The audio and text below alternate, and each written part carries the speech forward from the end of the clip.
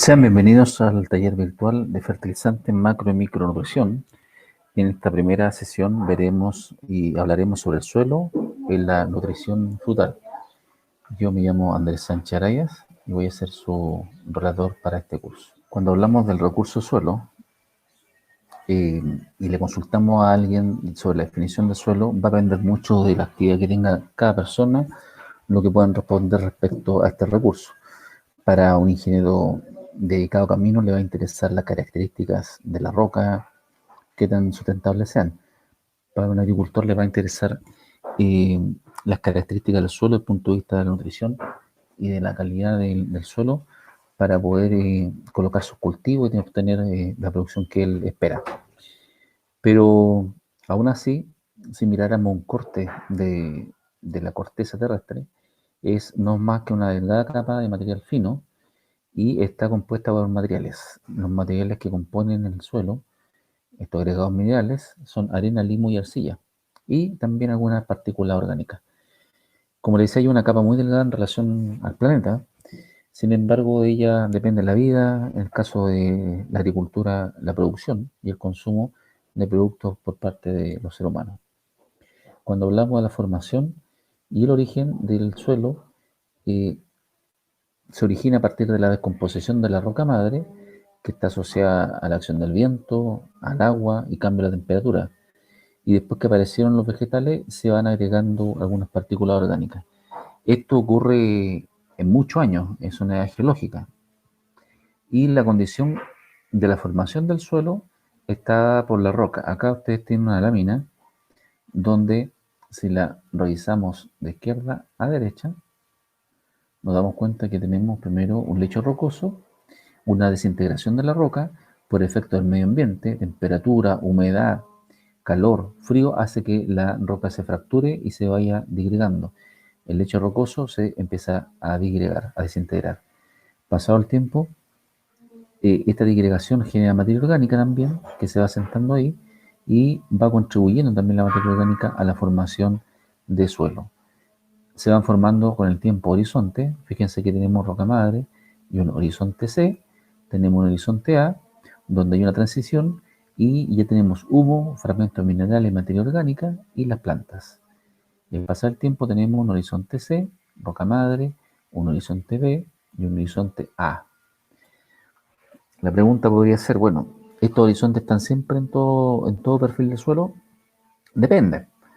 Depende de las características de la roca, depende de qué tan joven sea el suelo, depende de los factores meteorológicos, de meteorización que están girando el suelo, pero en general en la zona del norte chico son suelos relativamente jóvenes, ya que tienen poca profundidad. Nosotros al realizar una calicata y ver el perfil del suelo, este corte vertical, aquí yo les voy a marcar los distintos estratos y las diferencias. Noten aquí que hay capa vegetal, aquí puede haber prospección de raíces y cada una de estas características del suelo en profundidad ustedes la deben reconocer para poder tener claridad de la calidad del suelo para tener un desarrollo de raíz y de sus frutales como corresponde. Entonces tenemos distintas capas en profundidad, la roca madre, que es la que genera el suelo, y podemos llegar arriba a la superficie que puede haber muchos organismos o pocos y raíces. Eso nos da un indicador de la cantidad de vida que puede haber en el suelo. Y cuando empezamos ya a definir características del suelo, tenemos que primero hablar de la textura de él. La textura es un porcentaje en forma relativa de arena, de limo y arcilla. Estos tres componentes forman la textura. La textura del suelo está dada, no la podemos cambiar, no se puede modificar y nos da las características también para el manejo del suelo. Les voy a hacer un pequeño dibujo acá en la pizarra. El sistema norteamericano que define este tipo de textura de suelo es un triángulo, se llama triángulo textural, y este triángulo textural en una esquina nos coloca la arena, la arcilla y el limo. Dependiendo de los porcentajes que nosotros veamos en el laboratorio o en métodos de campo, que eso ustedes lo pueden hacer fácilmente sacando en una botella, llenarla con cierta cantidad de tierra, agregar agua y miden, después que haya cantado, la superficie. Hacen una regla 3 y van a poder calcular el porcentaje aproximado de cada uno de los elementos. Yo le hice un triángulo y en la parte central del triángulo existe la textura de suelo que es la más recomendable y la mejor, que el suelo franco o textura, se han escuchado ahí, megajón. Esta textura es justamente la que tiene una proporción equilibrada de estos tres elementos. Uno puede decir que el suelo es malo o bueno, en realidad el suelo solamente nos va a indicar qué tipo de cultivo debiésemos tener y sobre esos cultivos podemos potenciar más nuestro suelo. Yo creo que no podríamos hablar de si hay un suelo más malo o más bueno, va a depender mucho también del manejo que hay. Recuerden que la textura no se cambia, la estructura lo vamos a ver después, podríamos cambiar. Ejemplo acá, tenemos un suelo arenoso. Si yo colocara un gotero y viera cómo se comporta el bulbo de mojamiento, en un suelo arenoso va a ser más alargado. En un suelo franco va a tener forma de un globo. Y en suelo arcilloso va a ser en forma más horizontal. Eso no habla de las características del suelo. Un suelo arenoso es un suelo más secante, un suelo más liviano, que necesito regar más porque pierdo más agua. Un suelo arcilloso es un suelo que hay que regar un poco más espaciado, se empoza el agua, se mantiene mal el perfil del suelo y un suelo con textura franca tiene una aireación, una relación de macro, de microporo y de textura que hace que el agua pueda fluir de mejor manera. Habiendo ya aclarado eso, también les muestro una tabla con los tamaños de partículas. Fíjense que las partículas más grandes son las de arena, de 2 a 0,02 milímetros, y las más pequeñas son las de arcilla, no viéndose inclusive o pudiendo verlas con microscopio. Pero importante cuando veamos el tema de la textura del suelo asociado a arcilla, sobre todo con fertilizante, cómo nos caracteriza también la reacción del suelo. En esta lámina que sigue, les presento la textura del suelo nuevamente con un gráfico, un dibujo que lo hace un poco más claro. La textura del suelo es un suelo arenoso, fíjense, el agricultor va rápido en el caballo, suelo liviano, textura arcillosa, es muy pesado, y una textura franca es la textura ideal para poder trabajar. También nos interesa relacionar al análisis del suelo la estructura del suelo.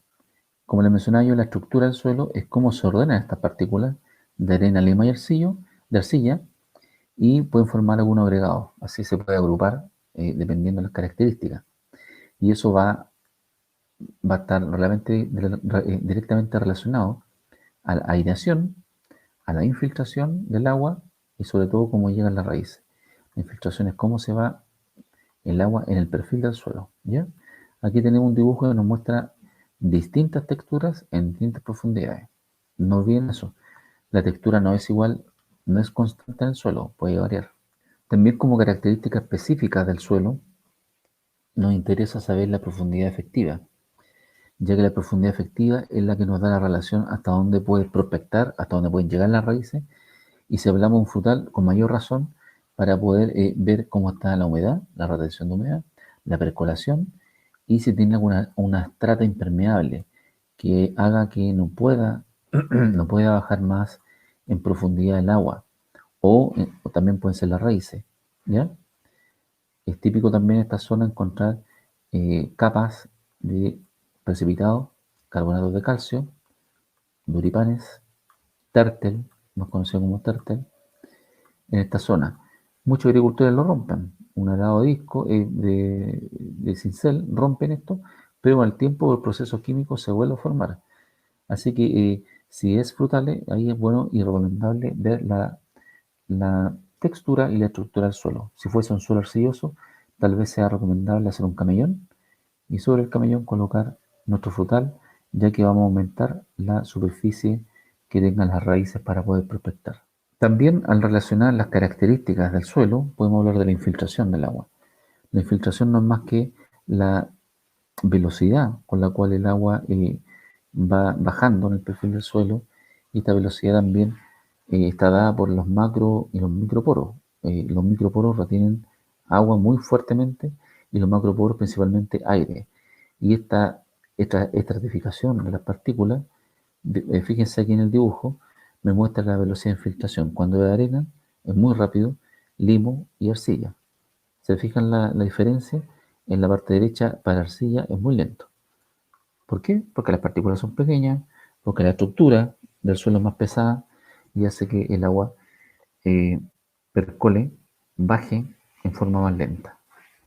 Cuando queremos saber las características de nuestro suelo, también debemos darnos cuenta de los factores de formación del suelo. Primero que nada, la materia original. Cuando hablo de materia original, me estoy refiriendo a la roca.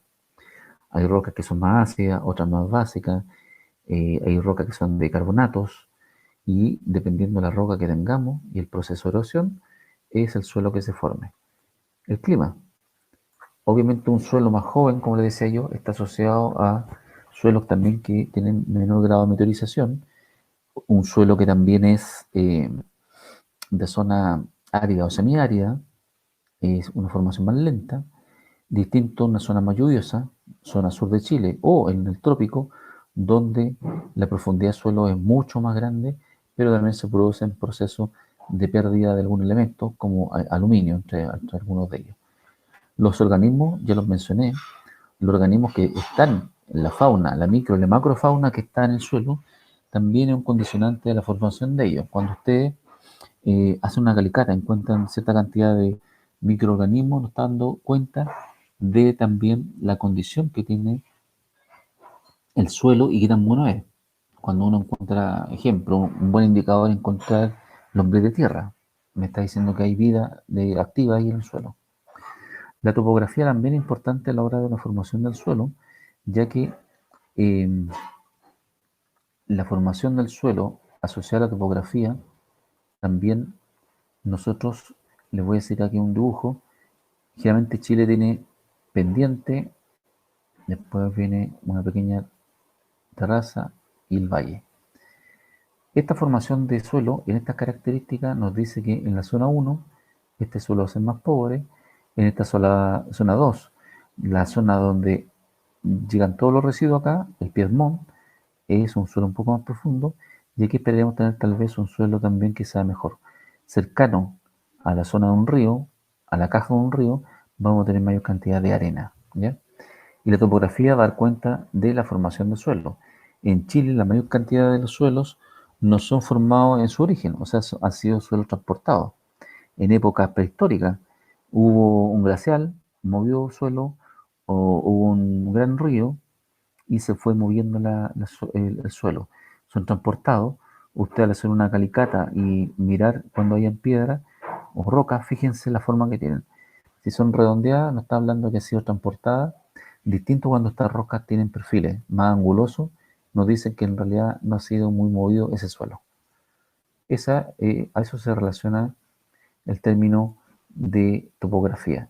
Y el tiempo, bueno, el tiempo es la época, me estoy refiriendo a la escala, porque el tiempo geológico es distinto a una escala de nosotros. Piensen que nosotros, en todo este proceso de la formación de la Tierra, si lo viésemos como en un calendario, nosotros estamos recién en los últimos días de este calendario que hemos llegado.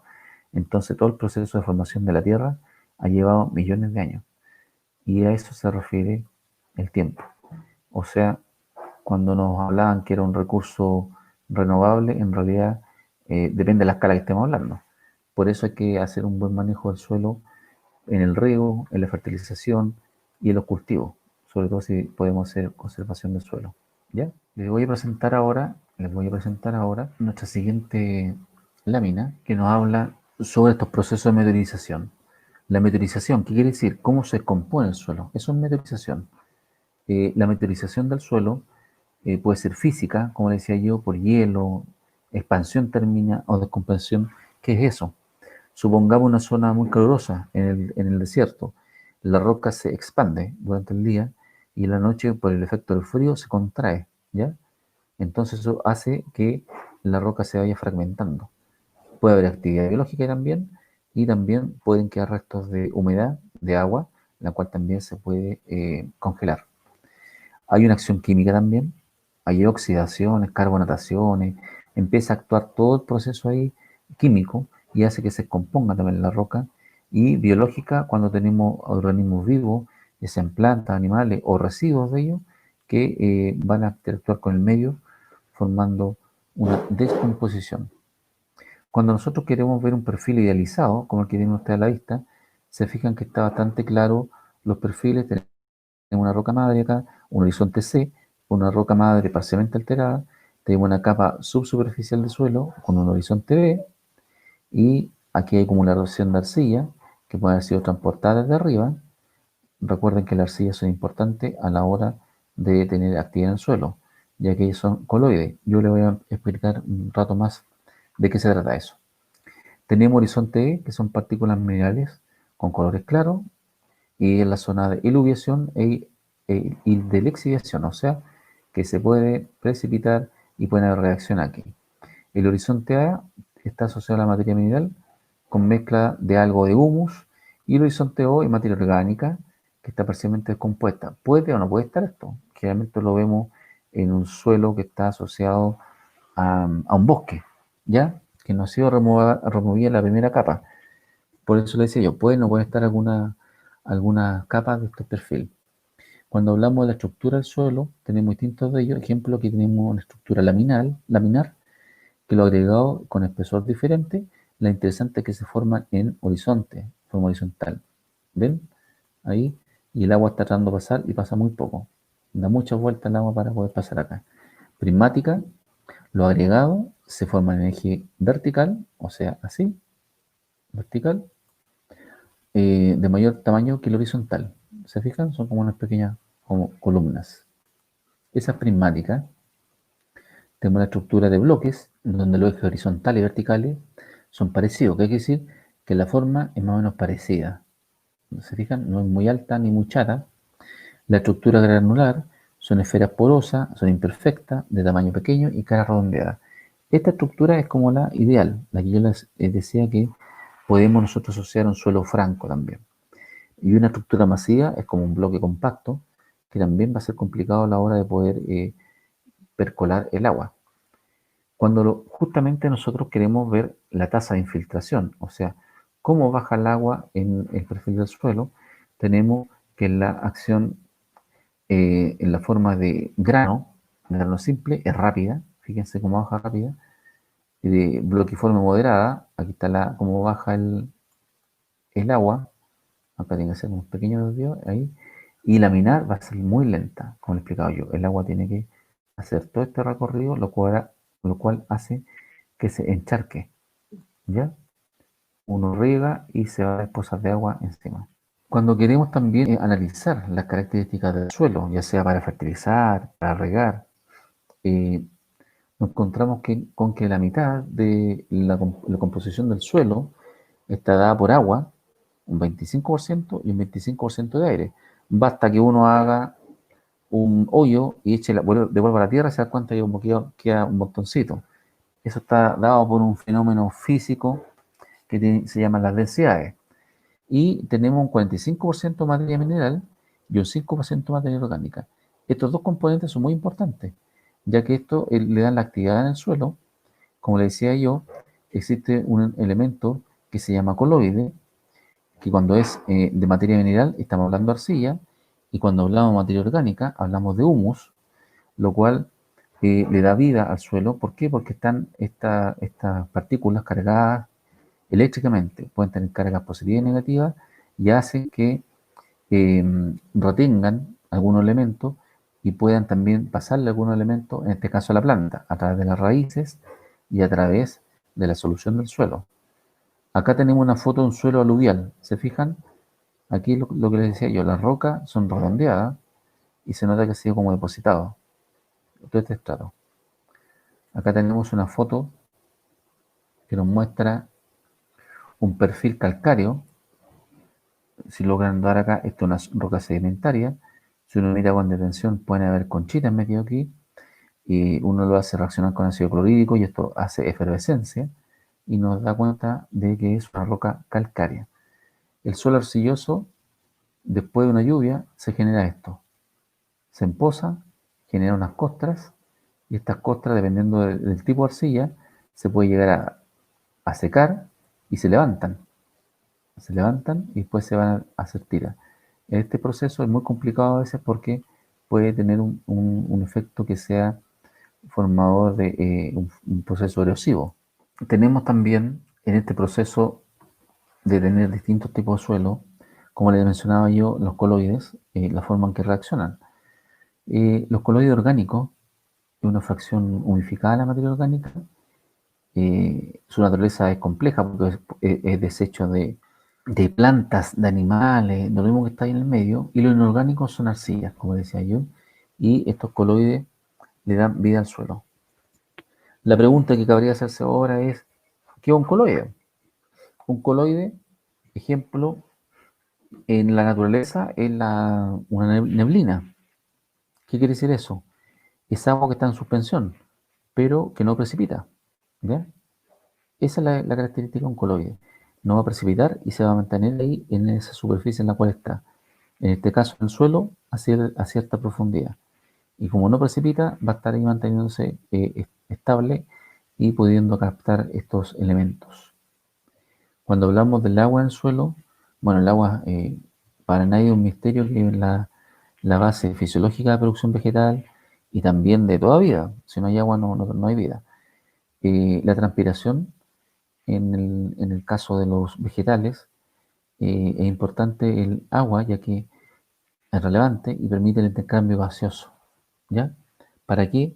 Para que genere biomasa, para que también la planta pueda absorber nutrientes y también pueda producirse el proceso de evapotranspiración. El suelo debe abastecerse de agua en las raíces en forma permanente para evitar problemas de estrés. También va a ser un reservorio de agua con una dinámica especial el suelo. Está en distintos grados de disponibilidad debido a las características propias del suelo. Y aquí les voy a mostrar algo que es la relación de la fuerza de retención, como les decía yo, cómo atrapa el suelo a través de un macro y microporo el agua. Fíjense aquí, dice que hay agua no asimilable, agua higroscópica. ¿Qué quiere decir eso? Que está tan fuertemente unida que no lo va a entregar en ningún momento. Y ahí tenemos el coeficiente higroscópico y después hacia la derecha el coeficiente de marchitez. Fíjense que hay agua asimilable, donde está el agua capilar, hasta donde empieza la capacidad de campo. ¿Se fijan? Agua capilar asociada a poros, ¿ya? Todo esto es agua utilizable. Y el agua gravitacional, agua superflua, desde la capacidad de campo hacia arriba. Si lo llevamos a otro gráfico, asociado a la textura del suelo, aquí está la textura que le hice yo, arena, franco arenoso, franco arcilloso, arcilla, y los porcentajes, fíjense en la capacidad de campo. La arena va a tener agua no asimilable muy poca, agua disponible y la capacidad de campo.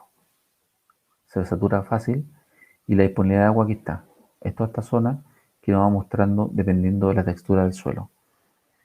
¿Cómo podemos nosotros hacer una aproximación en terreno del agua que tiene el suelo haciendo un análisis, una calicata y viendo en profundidad la calicata cómo avanza la humedad o a través de un instrumento que se llama tensiómetro, la cual mide el agua que está retenida en el suelo y la cantidad de agua que el suelo pudiese entregar.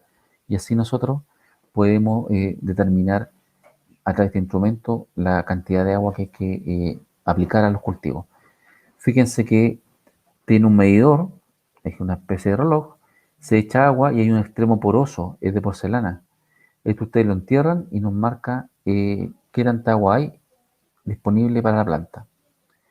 La pregunta que podría aparecer ahora sería, bueno, usted habló de capacidad de campo y punto machetes permanente. Claro, los sistemas de riego también están asociados a esto. Si yo colocara en un eje horizontal entre la capacidad de campo y el punto machetes permanente, nos vamos a dar cuenta que está relacionado a lo que les conversaba yo antes. Fíjense, el punto machetes permanente es el agua hasta donde puede entregar el suelo y de ese punto hacia la derecha la planta se va a secar y se va a morir. Por eso se llama punto machetes permanente.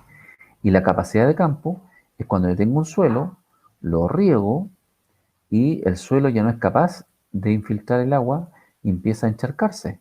Es como cuando uno riega en el jardín, riega, y se ve un charco. Esa es la capacidad de campo.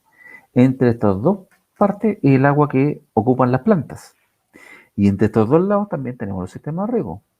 Un sistema de riego por tendido, que el más ineficiente que hay, obviamente va a estar acá muy cerca de la capacidad de campo. Un sistema de riego tecnificado por goteo va a estar cercano al punto machete permanente, porque estamos entregando lo justo y necesario para la planta, manteniéndola en un pequeño estrés. Y aquí entre medio pueden ir todos otros sistemas de riego, de surco, todos los otros que pueden existir, dependiendo de ese principio.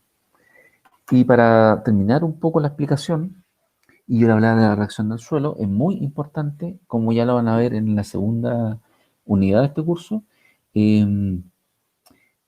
la reacción del suelo está dada por el pH, y el pH es la acidez y alcalinidad. Fíjense aquí, la zona de pH común para suelos minerales de regiones húmedas. Los suelos húmedos son más ácidos, ¿ya? Y aquí está el neutro, que es 7, y los pH, ¿ya? Alcalinidad, zona de pH común para suelos minerales de regiones áridas. Estos son los que esperaríamos nosotros encontrar en su zona. 9, 8, entre ese rango. Y alcanzó solo para suelos minerales alcalinos. Aquí estamos hablando de un suelo demasiado alcalino. pH extremo para muchos suelos minerales. Este es como el pH extremo, cercano a 10, ¿ya? Y cercano a 3, el pH extremo para muchos suelos minerales. Esa es la característica y el rango que nos da. ¿Por qué? Porque con este pH va a haber actividad, va a haber reacción al suelo, van a actuar los coloides, va a actuar también la raíz, y la raíz también va a extraer del extracto de saturación que les mencionaba yo, a través de sus raíces, va a extraer los minerales que necesita la planta. Les voy a compartir ahora un video para que podamos ver más o menos, aclarar las dudas sobre lo que son los suelos de nutrición, y también les mostraré luego otro video. Escuchemos atentos. Hola chicos, hoy les hablaré sobre el suelo, sus características, cómo está compuesto, qué es un suelo sano y su importancia. La formación de los suelos depende de un largo y complejo proceso de descomposición de las rocas, en el cual intervienen factores físicos, químicos y biológicos. La interacción de estos, como factores ecológicos, provoca la desintegración de los minerales que, unidos a los restos de animales y plantas en forma de materia orgánica, originan el suelo. Los seres vivos intervienen en la destrucción de la roca madre y, además de los agentes climáticos, toman parte en la mezcla de sustancias del suelo, en su distribución horizontal, y añaden a este materia orgánica. La sustancia de desecho de animales y vegetales, así como los propios cuerpos de estos al morir, son las únicas fuentes de materia orgánica del suelo, la cual proporciona algunos componentes esenciales, lo modifica de diferentes modos y hace posible el crecimiento de flora y faunas variadas que de una u otra manera no podrían existir. Además, la materia orgánica incorporada al suelo almacena la mayor cantidad de energía obtenida del sol por la fotosíntesis, que es el proceso de elaboración de los alimentos por parte de las plantas. Los árboles y las plantas usan la fotosíntesis para alimentarse, crecer y desarrollarse. Por consiguiente, los seres vivos contribuyen a la formación del suelo, aportando no solo materiales, sino también energía, tanto potencial como cinética. Ahora nos preguntamos, ¿cómo está compuesto el suelo? Aquí les dejo algunos tips. La materia orgánica es el producto de la descomposición de vegetales y animales muertos. Puede almacenar gran cantidad de agua y es rica en minerales. También tenemos los microorganismos o pequeños organismos, que son de dos tipos: los que despedazan la materia orgánica, tales como los insectos y lombrices, y los que la descomponen liberando los nutrientes, como lo son los hongos y bacterias. Viven dentro del suelo y, además de intervenir para que la materia orgánica sea nuevamente utilizada por las plantas, ayudan a pulverizar las rocas. Lombrices e insectos forman poros que permiten la aireación, el almacenaje del agua y el crecimiento de las raíces. Lombrices, bacterias y hongos también producen humus, que es una forma estable de materia orgánica. La materia orgánica y los microorganismos aportan y liberan los nutrientes y unen las partículas minerales entre sí. De esta manera, crean las condiciones para que las plantas respiren, absorban aguas y nutrientes y desarrollen sus raíces. Por otro lado, tenemos el agua y el aire que ocupan los poros, espacios entre las partículas del suelo. La distribución y tamaño de los poros es importante. Una excesiva cantidad de poros pequeños origina suelos compactos, pesados, húmedos y un pobre crecimiento de las raíces. Ahora, demasiados poros grandes forman suelos sueltos que se secan rápidamente. Cuando más pequeño es el poro, más difícil es para la planta absorber agua de él. Los organismos del suelo y las plantas necesitan agua para vivir.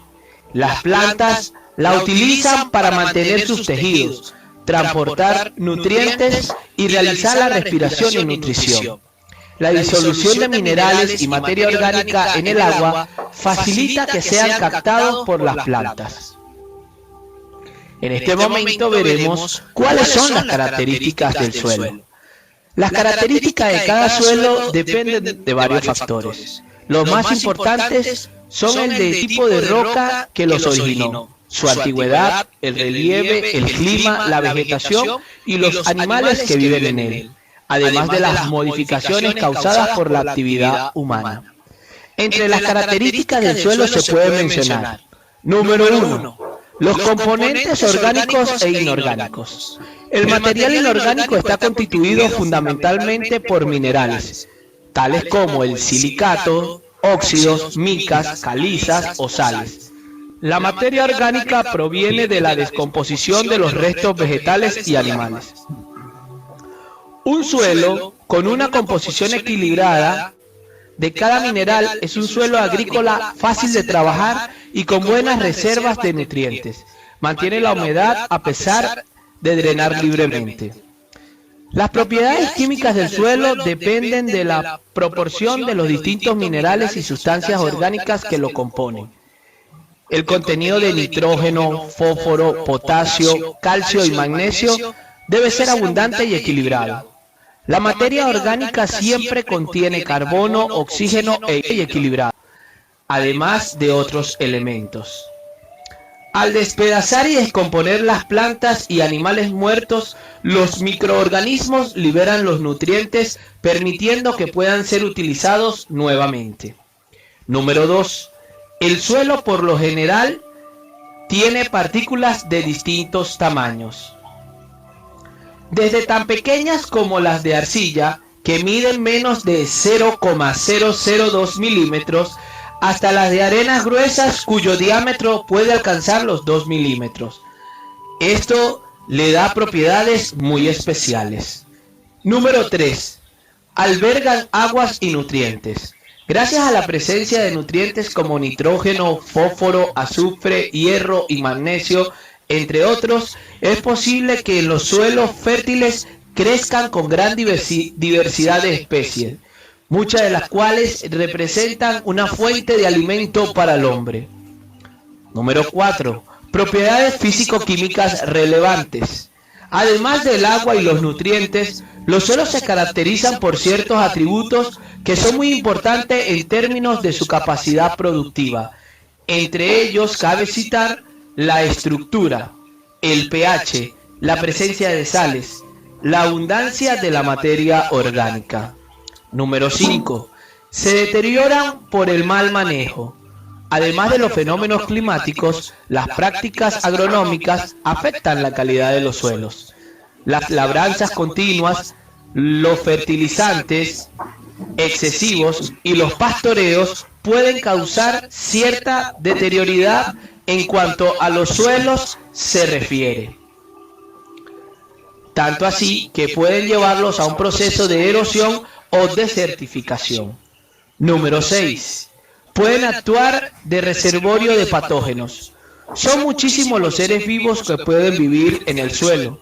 Entre ellos se incluyen seres macroscópicos y microscópicos que pueden causar enfermedades en humanos, animales y plantas. Muchas bacterias y hongos pueden sobrevivir en el suelo porque disponen de forma de resistencia durante muchos años. Se estima que el 95% de nuestros alimentos se produce directa o indirectamente en nuestros suelos. Ahora hablaremos de lo que son los suelos sanos. Vienen siendo el fundamento del sistema alimentario, son la base de la agricultura y el medio en el que crecen casi todas las plantas destinadas a la producción de alimentos. Producen cultivos sanos que alimentan a las personas y a los animales. De hecho, la calidad de los suelos está directamente relacionada con la calidad y cantidad de alimentos. Para los suelos sanos tenemos algunas características, entre ellas mencionaremos. Número 1. Los suelos sanos son la base de la producción de alimentos saludables. Número 2. Estos suelos son el fundamento para la vegetación que se cultiva o gestiona para producir alimentos, fibras, combustibles o productos medicinales. Número 3. Estos suelos sostienen la biodiversidad del planeta y albergan una cuarta parte de la misma. Número 4. Estos suelos almacenan y filtran agua, mejorando nuestra resiliencia ante inundaciones y sequías. Número 5. Son suelos con un recurso no renovable. Su conservación es esencial para la seguridad alimentaria y un futuro sostenible. Número 6. Recordar que un suelo sano es un suelo vivo. Por último, vamos a ver por qué la materia orgánica de los suelos es tan importante. La materia orgánica de los suelos es el producto de descomposición biológica que afecta a las propiedades químicas y físicas y a la salud en general de los suelos. Su composición y tasa de degradación afecta a la estructura y porosidad de los suelos, la tasa de infiltración de agua y la capacidad de retención de humedad de estos, la diversidad y actividad biológica de los organismos terrícolas y la disponibilidad de nutrientes de las plantas.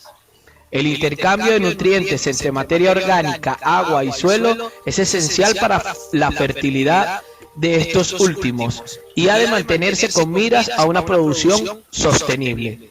Cuando se explotan los suelos sin restablecer la materia orgánica y el contenido de nutrientes, el ciclo de elementos nutritivos se rompe, la fertilidad del suelo disminuye y el equilibrio del agrosistema se destruye. Es por ello que los invito a que escuchen por qué los suelos son un aliado crucial de la seguridad alimentaria y la nutrición. La disponibilidad de alimentos depende de los suelos. No se pueden producir alimentos. Bien, en este video nos muestra y nos resume en realidad lo que hemos conversado hasta ahora, haciendo hincapié en lo importante que es ver la calidad del suelo, la disponibilidad de nutrientes, de nutrientes que hay en el suelo, esta reserva como cantidad total o como iones, como decía yo, porque no se entregan así directamente a la planta, y la evaluación que se tiene que hacer con los requerimientos del cultivo, y agregaría yo a eso un análisis foliar que da el equilibrio para saber también en qué etapa está en la planta, un equilibrio de cuál es la cantidad de fertilizantes que deberíamos nosotros ocupar, ya sea esto en forma sintética o algo orgánico. De hecho, hay biofertilizantes que ustedes puedan ocupar para su suelo y obviamente cubrir la necesidad del cultivo para que puedan obtener lo que esperan ustedes en base a sus rendimientos, los rendimientos esperados. Les voy a compartir otro video que nos muestra este mismo análisis que le digo yo, de cómo podemos ver entre un efecto u otro del suelo. Es el ideal que pudiésemos, ojalá, manejarlo en forma más integral, de un manejo más agroecológico. Les presento el próximo video.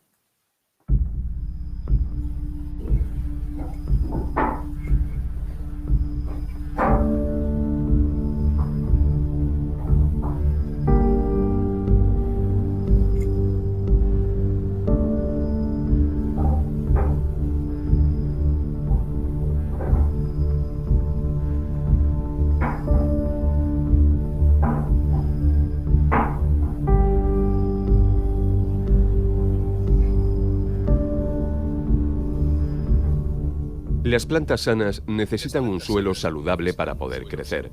Para poder absorber exactamente lo que necesitan las plantas, el suelo tiene que tener los minerales y la vida necesaria. Una investigación científica demuestra que por minerales y la vida, por el uso masivo de abono sintético con sal, el suelo no tiene más la biología necesaria para un crecimiento sano de las plantas. Se usa abono sintético desde un periodo en el que no había conocimiento del efecto a largo plazo. Para los agricultores, este abono era una maravilla. Las cosechas se duplicaban y los agricultores podían producir alimentos para una población creciente. Pero ahora, después de años de uso de abono sintético, se descubren las consecuencias en el suelo. Cada vez hay menos minerales nutrientes en el suelo. De esta manera las plantas se debilitan y se ponen enfermas más rápidamente. No están más protegidas, sino que se vuelven más vulnerables a ataques de bacterias y hongos. El uso de abono sintético provoca también que el agricultor tenga que labrar su tierra cada vez más profundo porque la tierra se compacta más rápidamente. Esto es costoso para el agricultor y desastroso para el suelo. Hay métodos mucho mejores. Por lo general no se sabe que las raíces de las plantas se desarrollan mejor en una zona radicular antigua. Aquí se ve el método de arar volteando el suelo 25 centímetros. De esta manera a la planta le cuesta mucho más esfuerzo para llegar a los miles de mini túneles hechos por otras plantas con sus raíces. Muchas veces ni tan siquiera las raíces atraviesan la durísima suela del labor por labrar la tierra con maquinaria pesada. El método de cultivo superficial nos da una solución posible. Con este método de poca profundidad, las raíces pueden aprovechar más rápidamente los túneles de las plantas anteriores. Las raíces solo tienen que esforzarse cuando llegan al final de los túneles. Entonces, se puede enraizar más profundo año tras año. De esta manera, hay más disponibilidad de humedad y suelo para crecer. El control de plagas con tratamientos químicos no es mucho más que tratar y ocultar los síntomas de la enfermedad. Las plantas sanas tienen la capacidad de mantener las enfermedades a raya. Como reacción a los efectos negativos del uso de abonos sintéticos, se usan productos de control de plagas para salvar la cosecha. Nuestra conclusión es que las plantas que solo reciben abono sintético siempre se ponen enfermas. El abono sintético es la causa directa del uso de la mayoría de productos plaguicidas. Para solucionar el problema mundial de exceso de abono sintético, hay que romper el círculo vicioso. La pregunta que nos tenemos que hacer es, ¿cómo podemos mejorar el suelo? La respuesta es sorprendentemente simple, pero necesita una breve explicación.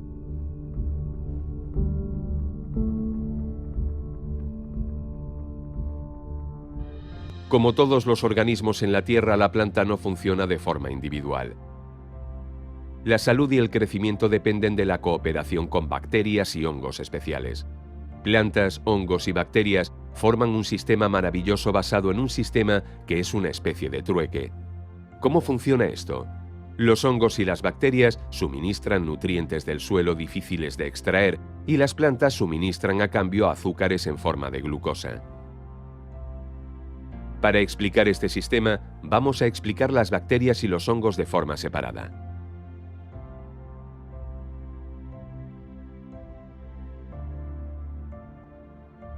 Las plantas tienen un problema. Las raíces finas de la planta tienen una capacidad de absorción limitada. Ocupan solo entre 4 y 7% del volumen del suelo y de media tienen el mismo grosor que un pelo. Su vida es bastante corta, solo unas 3 semanas. Por lo cual las plantas dependen de ayuda desde el exterior. Con sus raíces de absorción, las plantas buscan la cooperación explicada anteriormente. Si no lo consigue, se mueren. Si lo consiguen, es el inicio de una bonita relación. Desde ahora se puede realizar una simbiosis. Para las plantas, los minerales son difíciles de extraer del suelo. Pero las rizobacterias son muy buenas en esto, sobre todo en la liberación de fosfato, que es muy importante para la planta. Estas bacterias ejecutan muchas funciones importantes, de las cuales una es muy especial. Las rizobacterias forman alrededor de las raíces un sistema defensivo natural. Los atacantes externos de la planta se mantienen fuera simplemente por su presencia física. En consecuencia, las bacterias patógenas ya no pueden entrar. Las rizobacterias están interesadas porque la planta las alimenta con nutrientes. Pero las bacterias necesitan ayuda también, no son viajeras. Las colonias de bacterias no pueden ir y venir entre los minerales y las raíces.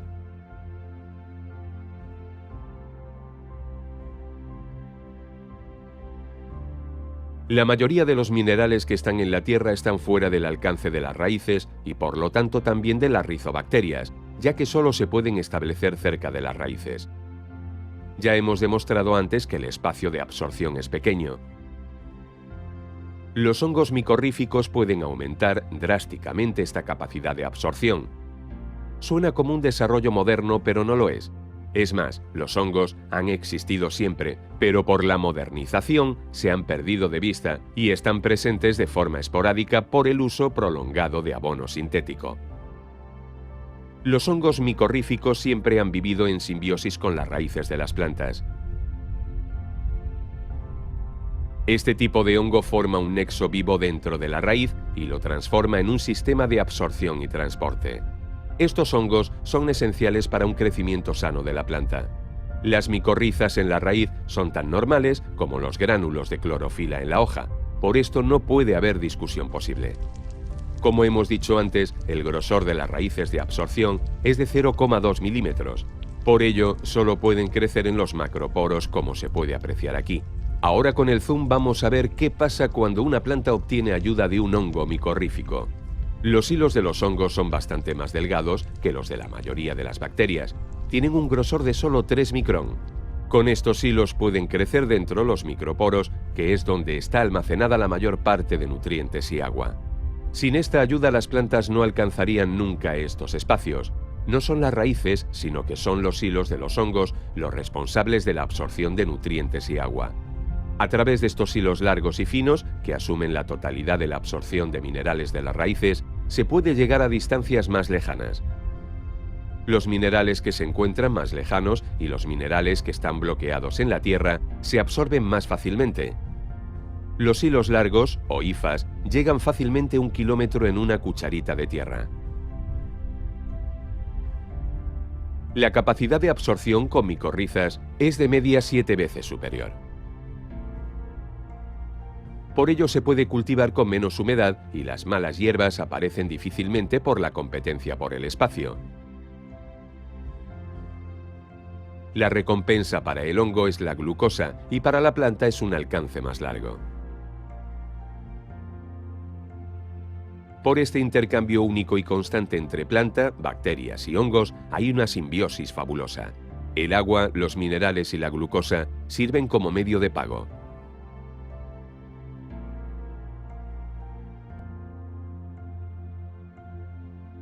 Para una colaboración entre suelo y raíces es absolutamente imprescindible una biología saludable. Un suelo saludable contiene tejido orgánico que se obtiene de hojas, raíces y animales muertos. Estos materiales orgánicos se descomponen en la naturaleza por la microbiología del suelo hasta convertirse en humus. De esta manera se conservan nutrientes para el suelo y la tierra retiene mucho CO2. Por el uso durante años de abono sintético, el humus ha desaparecido de las tierras agrícolas. El humus es comparable a la bacteria de la tierra, almacena la energía que necesitan los microorganismos del suelo para hacer su trabajo. Sin humus va a ser difícil de obtener una recuperación natural del suelo. Durante mucho tiempo se ha pensado que el abono sintético estimulaba la microbiología del suelo porque crecen más bacterias. Pero por el nitrógeno, justamente, están obligados a consumir más materia orgánica que después entra en la atmósfera como CO2.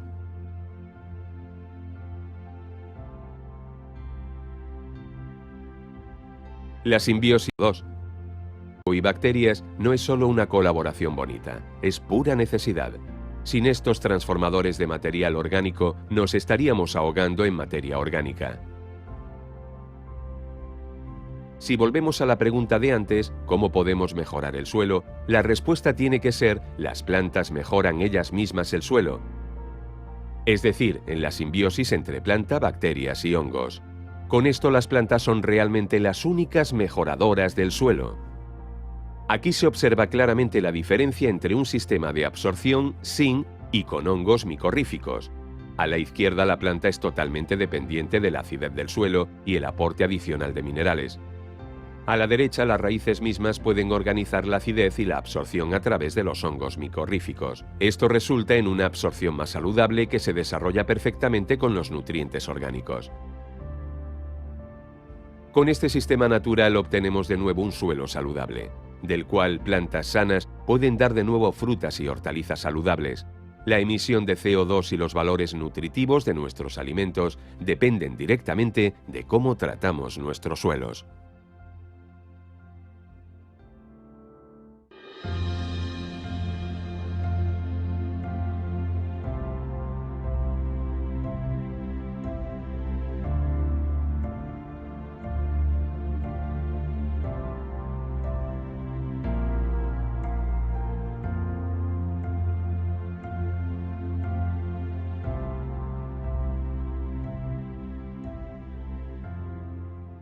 Napas freáticas, napas freáticas que nos puede mostrar también la contaminación. Como le decía, estos videos vienen a mostrar la forma en la que debiésemos trabajar, la forma en que nosotros debiésemos hacer uso y manejo de fertilizantes, más en armonía con el medio ambiente. Yo creo que podrían también ustedes hacer un tipo de pruebas en sus parcelas, en sus predios, y ver cómo funciona la aplicación de fertilizante sintético versus la aplicación de un fertilizante o biofertilizante, cómo se comportan. Yo creo que es un poco la característica de esto. La recomendación es primero conocer su predio, su parcela, conocer los requerimientos de cultivo que tengan, si son frutales, el estado de desarrollo, estado fenológico, la necesidad del cultivo, ese análisis de suelo que nos hable de fertilizante en extracto de saturación, tener también un análisis foliar para poder cuadrar los requerimientos de la planta con lo que tiene el suelo, y de ahí recién hacer el cálculo de lo que se extrae y lo que se debiese reponer. Por lejos, obviamente, va a ser más bueno para el sistema el tener un manejo agroecológico del suelo, ir probando tal vez con compostaje, aplicando humus para que mejore la calidad de este suelo, y también ir evaluando el proceso de fertilización que debe seguir disminuyendo.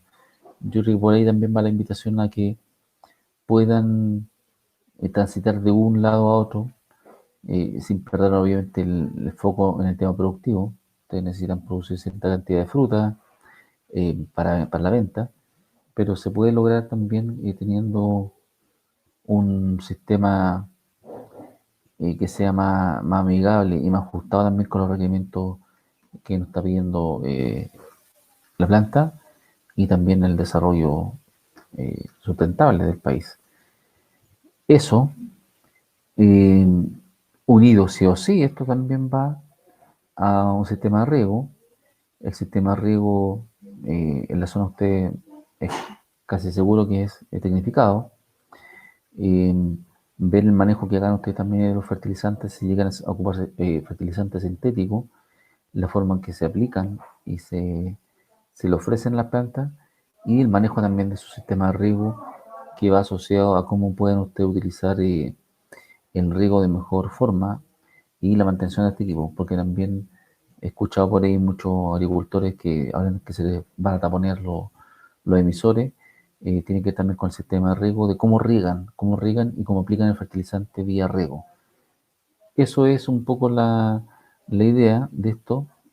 Estar claro que el suelo es un componente no renovable y que va a depender mucho de las pérdidas que tengan de suelo por un mal riego y también que tanto se pueda empobrecer también ese suelo por práctica de una mala fertilización y de que tengamos procesos que puedan avanzar a erosivos. Así que la invitación a eso, evaluar todo esto, hagan un plano de su parcela eh, y hagan una tipificación de suelo y eso llévenlo a un plano donde sepan las clases de suelo, las características del suelo y sobre aquello ustedes también pueden proyectar qué cultivo sería más óptimo tener en distintas partes de su parcela. Yo creo que con eso tenemos ya, a modo general, abordado las problemáticas que se nos presentan y para ir dando respuesta a la invitación de este taller sobre fertilización macro y micronutrición, eh, lo cual van a ahondar más en la próxima clase, el próximo taller, donde vamos a ver en más detalle también características de los macro y los micronutrientes, por qué se llaman así, por qué se separaron así y cómo están y cómo también aportan a las plantas, ya que esto nos muestra por su deficiencia la esencialidad que tiene este nutriente y que también cómo afecta al desarrollo y el crecimiento de la planta y del fruto. Así que eso yo creo que es en general lo que les quería mostrar en este primer video de este taller, para ya ir entrando en detalle sobre los macro y micronutrientes, como les decía yo, algunas características también de los fertilizantes, que tal vez creo que lo saben, que van adosados en los envases de los fertilizantes, las cantidades de nitrógeno, fósforo y potasio que entregan y la forma también de cómo se van generando el desarrollo de sus cultivos. Eso es en general lo que les quería presentar en esta primera clase. Obviamente un pequeño taller para ir despejando dudas y también para ir sentando la inquietud de que puedan seguir avanzando en este perfeccionamiento. Le agradezco su tiempo y nos vemos en el próximo taller. Hasta luego.